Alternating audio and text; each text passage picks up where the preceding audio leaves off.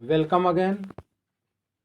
Now, students, move down to last topic of this chapter. This topic is very meaningful.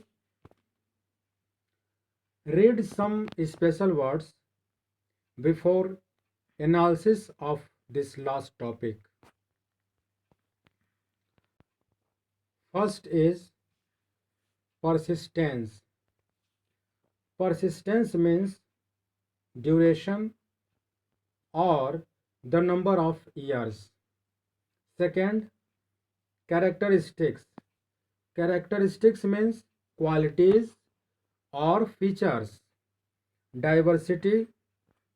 Diversity means the wide variety of something. विविधता जिसको कहते हैं. Imperial. Imperial means relating to an empire, जो साम्राज्य और साम्राज्यवाद से संबंधित होता है.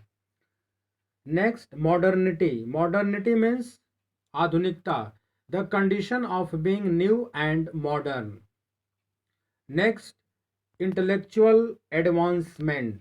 Intellectual advancement means the growth of ability to think and understand. We can say ability to think and understand things in a logical way. Intellectual advancement हम उसको बोलते हैं जब हम किसी चीज को बिल्कुल तार्किक तर्क संगत ढंग से सोचने लगते हैं.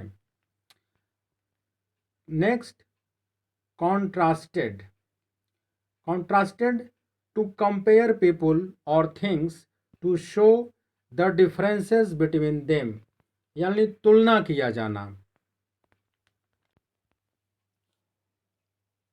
Thinking about time and historical periods, the sense of this topic is that time and historical periods tell about the changes that happen everywhere. The period between 700 to 750 is called the medieval period, means it was the time between old and the modern periods. Through the historical periods, we find out the important features of a particular period and to differentiate periods from other periods. British historians divided the history of India into three periods: Hindu, Muslim, and British.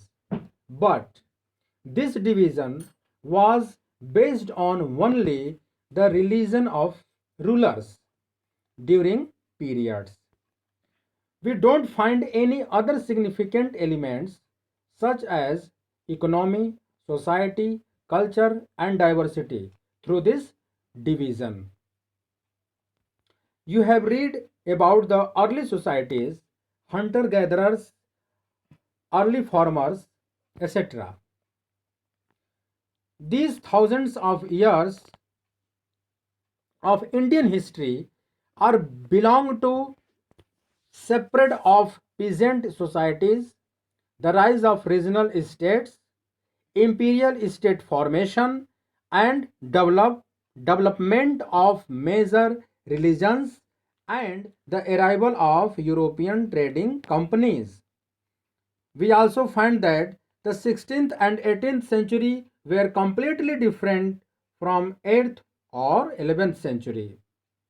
So, describing the whole period as one historical unit is not without its problem. Always remember, when you study historical periods, you should find out changes in social and economic organization, in the persistence as well as transformation of ideas and historical processes.